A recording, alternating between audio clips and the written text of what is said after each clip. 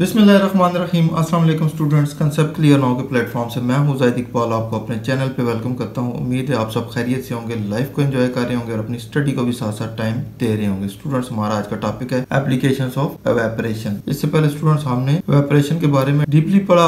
आज हम पढ़ेंगे कि एवेपोरेशन को हम डेली लाइफ में कहाँ कहाँ पे यूज करते हैं, इसके हमें कौन कौन से फायदे होते हैं। तो स्टूडेंट्स, इसका पहला फायदा ये होता है कि जो हमारे घर में फ्रिज होती है, रेफ्रिजरेटर होता है, उसके अंदर जो कूलिंग का प्रोसेस होता है बेसिकली वो एवेपोरेशन की वजह से होता है। तो होता क्या है कि फ्रिज के अंदर ये कंप्रेसर है, इसका काम ये है कि यहाँ से हॉट एयर को इधर लेके आना और इसको आगे पुश कर देना। कंप्रेसर के अंदर पहले एक गैस होती थी जिसको कहते थे CFC, यानी कि क्लोरोफ्लोरोकार्बन। तो स्टूडेंट्स, ये गैस प्रोहिबिटेड हो गई, मना हो गई। वजह ये थी कि ये ऊपर जाके ओजोन लेयर को डैमेज कर रही थी, जिसकी वजह से अल्ट्रावायलेट रेज जमीन के ऊपर आ रही थी और जमीन के ऊपर जितने भी जानदार थे उससे मुतासिर हो रहे थे। इसलिए इसके ऊपर पाबंदी लग गई। उसको फ्रीऑन्स भी कहते थे और क्लोरोफ्लोरोकार्बन भी कहते थे। उसके ऊपर पाबंदी लग गई। अब उसकी रिप्लेसमेंट के तौर पे इसके अंदर पानी, अमोनिया और कुछ हाइड्रोकार्बन जैसे ब्यूटेन या प्रोपेन वगैरह यूज किए जाते हैं। तो स्टूडेंट्स, अब ये वाली गैसेस ब्यूटेन हो गई, प्रोपेन हो गई, अमोनिया या पानी, इनका कोई मिक्सचर वगैरह बना के इसके अंदर डालते हैं। ये देखें, फ्रिज के बाहर वाला हिस्सा है। अगर आप फ्रिज की बैक साइड पे देखें तो ये पाइप उधर लगा हुआ होता है। इसके अंदर ये गैस होती है, ये इसको यहाँ से पुश करता है तो ये सर्कुलेट होती हुई अपनी हीट एयर को दे रही है और यहाँ पे ठंडी हो रही है। देखें, ब्लू कलर की होगी। और यहाँ पे जब ये ठंडी होती है तो ये लिक्विड फॉर्म में आ जाती है। जब लिक्विड फॉर्म में आती है तो फ्रिज के अंदर यहाँ से एंटर होती है। फ्रिज के अंदर जो हीट होती है उस हीट को अपने अंदर जज़ब कर लेती है। जैसे स्टील का गिलास है, ठंडा पानी आप उसके अंदर रखें तो बाहर की एयर उसके साथ आगे टकराएगी और वो कंडेंस हो जाती है। तो यहाँ पे ये देखें तो कंडेंसर लगा हुआ है। ये हवा जब इधर से अंदर से जाती है तो पाइप के अंदर होती है, इसके बाहर वाली हवा इस पाइप के साथ टकराती है तो वो कंडेंस होती जाती है और कंडेंसेशन की वजह से इसके अंदर कूलिंग हो रही होती है। तो देखिए, उसकी हीट को अपने अंदर ले रही है तो ये ब्लू से रेड कलर की हो गई है और उसकी हीट अपने अंदर जज़ब कर लेती है, खुद गर्म हो जाती है, लेकिन फ्रिज के अंदर कूलिंग करती है। अब चूंकि ये खुद गर्म है तो यहाँ से आती है, कंप्रेसर इसको अपनी तरफ खींचता है और फिर आगे सर्कुलेट कर देता है। बाहर आती है, बाहर की एनवायरनमेंट के साथ इंटरेक्शन में आती है, फिर ये ठंडी हो जाती है। इस तरह ये प्रोसेस चलता रहता है। फ्रिज के अंदर की हीट को खींच के बाहर ले आती है, बाहर ठंडी होती है, फिर अंदर चली जाती है। तो ये प्रोसेस चलता रहता है। तो ये वजह क्या है कि एवेपोरेशन का प्रोसेस हो रहा है, बेसिकली एवेपोरेशन हो रही है यहाँ पे। उसके बाद फूड प्रिजर्वेशन है कि खाने को आप विदाउट लिक्विड फॉर्म में लाए हुए सॉलिड फॉर्म में प्रिजर्व कर लेते हैं तो उसकी ताजगी बरकरार रहती है और जब आप उसको यूज करना चाहें तो आपको उसमें बासे का टेस्ट नहीं आता। उसके अलावा प्रोडक्शन ऑफ साल्ट है। कराची के सैल के करीब जाएं या किसी बड़ी झील के करीब जाएं जो कि नमकीन हो, तो वहाँ पे देखें तो बड़े बड़े पानी के स्टोरेज टैंक रखे हुए होते हैं। उसमें समुद्र का नमकीन पानी स्टोर कर लिया जाता है, फिर उस पानी को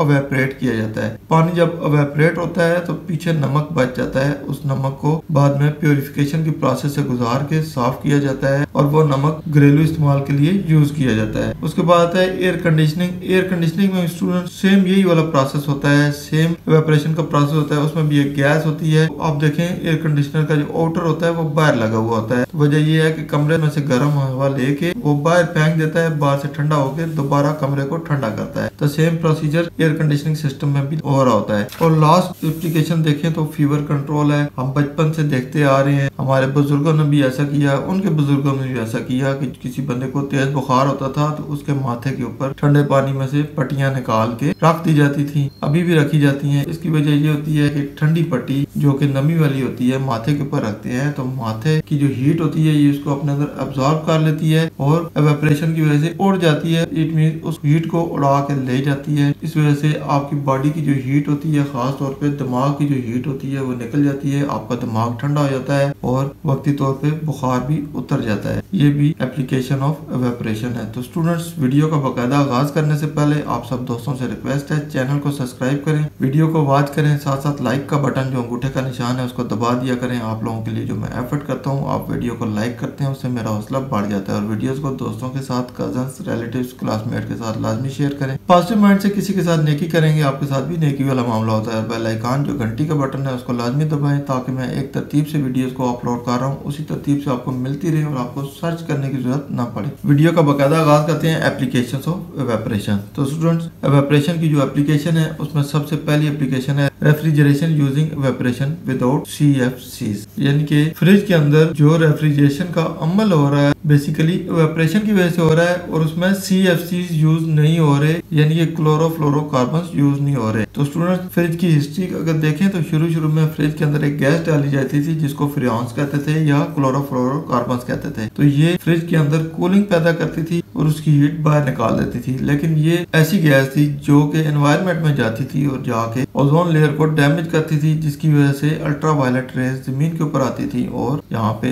आके नुकसान करती थी जानवरों को, इंसानों को, हैवानों को, परिंदों को, पौधों को, हर चीज को डैमेज कर रही थी, नुकसान दे रही थी। तो इसके ऊपर पाबंदी लग गई। अब दुनिया में CFCs यूज नहीं हो रहे, बल्कि इनकी रिप्लेसमेंट के तौर पे पानी, अमोनिया और कुछ हाइड्रोकार्बन जैसे प्रोपेन या ब्यूटेन्स वगैरह यूज हो रहे हैं। तो स्टूडेंट्स कहता है cooling is produced in the fridge या refrigerators by evaporation of refrigerant और liquefied gas which absorbs heat and creates a cooling effect. कहता है कि फ्रिज या रेफ्रिजरेटर के अंदर जो कूलिंग पैदा की जाती है बेसिकली इवेपोरेशन होती है। किस चीज की? एक तो रेफ्रिजरेंट होता है वो बेसिकली एक लिक्विफाइड गैस होती है जो कि इस कंप्रेसर की मदद से ऐसे यहाँ से पंप की जाती है और फ्रिज के अंदर से होके आ जाती है। तो यहाँ से ये लिक्विफाइड होती है, लिक्विड में होती है, अंदर जाती है तो यहाँ से हीट को एब्सॉर्ब करके वापस ले आती है, बाहर आके हीट को निकाल देती है। कहते हैं फ्रियॉन्स और chlorofluorocarbon were the type of refrigerant gas used in fridge. ये ऐसी गैस थी जो कि फ्रिज के अंदर एज अ रेफ्रिजरेंट यूज होती थी। However, since it was found that CFCs are depleting the ozone in the upper atmosphere which increase the amount of ultraviolet rays from the sun। तो students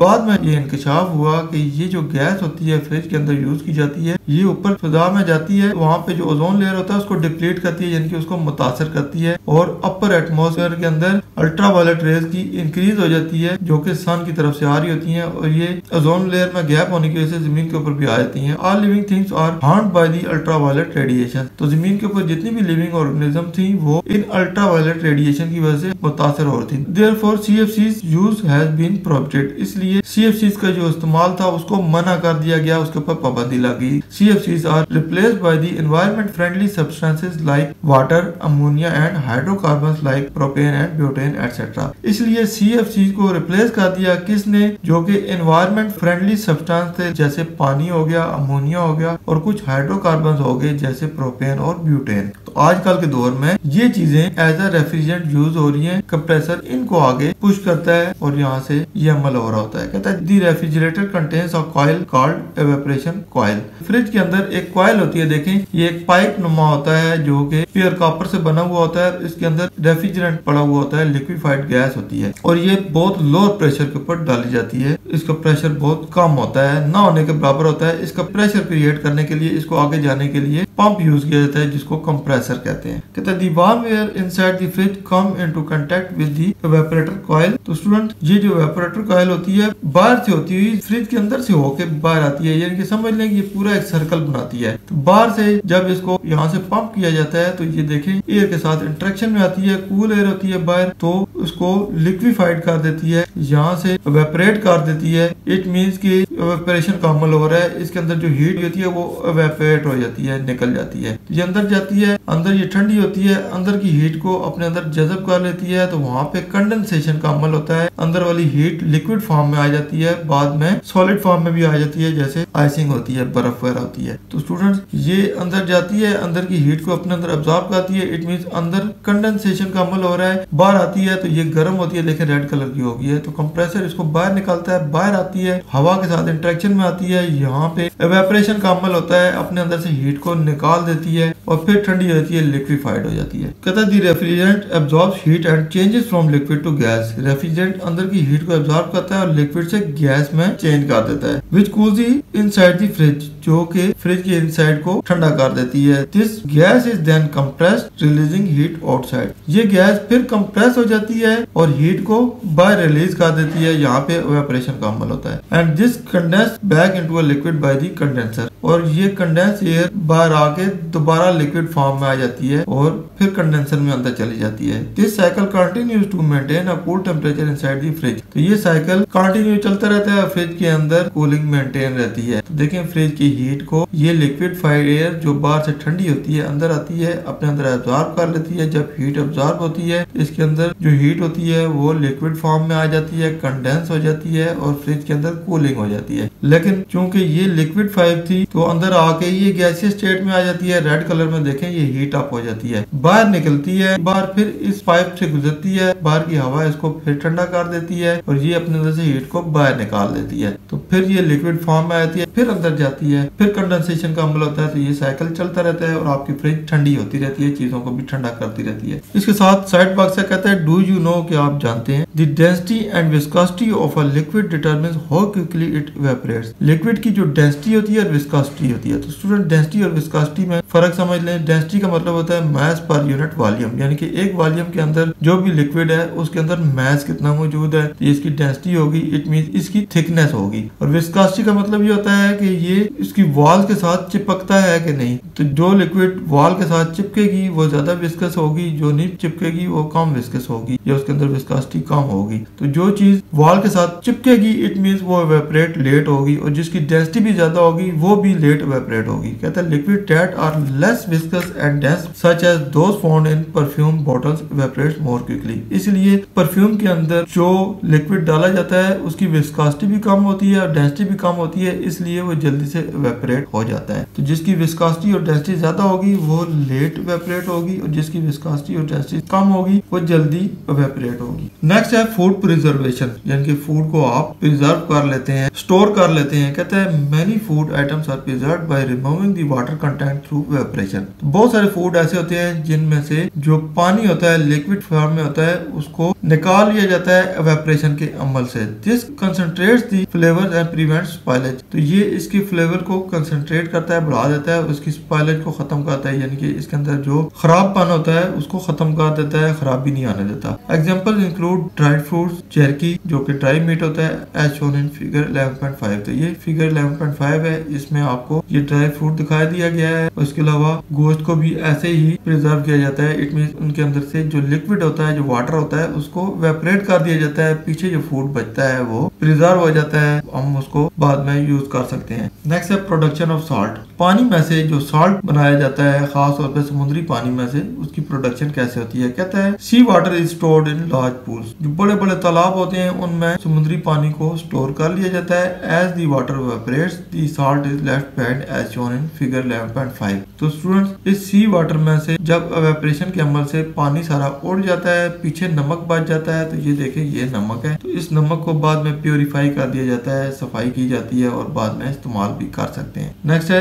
air conditioning. तो student जैसे हमने fridge के अंदर evaporation का process पढ़ा था, same process आपके रूम में भी हो रहा होता है। अपने रूम को ऐसे समझ लें कि फ्रिज का अंदर वाला हिस्सा है और बाहर वाला हिस्सा ऐसे समझ लें कि जैसे फ्रिज के बाहर इवेपोरेटर लगा हुआ होता है, इसी तरह आपके घर के बाहर एसी का एक आउटर लगा हुआ होता है। सेम काम आउटर कर रहा होता है। कमरे के अंदर जो हीट होती है वो कंडेंसेशन के अमल से ठंडक में तब्दील हो रही होती है, और इसके अंदर एक कंप्रेसर होता है, वो गर्म हवा को बाहर निकाल देता है, आउटर उसको कमरे से आउट कर देता है, और फिर इसका इवेपोरेटर फिर ठंडा हो जाता है। इसके अंदर लिक्विफाइड गैस होती है, फिर कमरे में आती है, फिर वही सेम कंडेंसेशन का अमल होता है। कमरे के अंदर कंडेंसेशन हो रही होती है, कमरे के बाहर इवेपोरेशन हो रही होती है। कहते हैं air conditioners use evaporation to cool air. Air conditioner evaporation को यूज करते हैं ताकि कमरे की हवा को ठंडा किया जा सके। They work by passing warm air over a coil that is filled with a cool liquid. ये क्या करती है कि एक कॉइल होती है जो कि कोल्ड लिक्विड से फिल हुई होती है, जैसे फ्रिज की होती है। As the liquid evaporates it take heat from the air cooling it down. तो जब लिक्विड इवेपोरेट होता है तो कमरे की हवा को बाहर निकाल देता है और कमरे को कूल कर देता है। कमरे के अंदर कंडेंसेशन का अमल होता है, कमरे के बाहर इवेपोरेशन का अमल होता है। सेम फ्रिज वाला काम हो रहा होता है। लास्ट पे स्टूडेंट फीवर कंट्रोल, यानी कि बुखार को कैसे कंट्रोल किया जाता है। कहता है when someone has a high fever they apply a wet cloth to their forehead. जब किसी को बहुत ज्यादा बुखार होता है तो उसके माथे के ऊपर ठंडे पानी की पट्टियां रखी जाती हैं। The reason behind this is that heat from the head is removed when the water evaporates. इसके पीछे रीजन क्या है कि आप ठंडी पट्टी माथे के ऊपर रखते हैं तो वो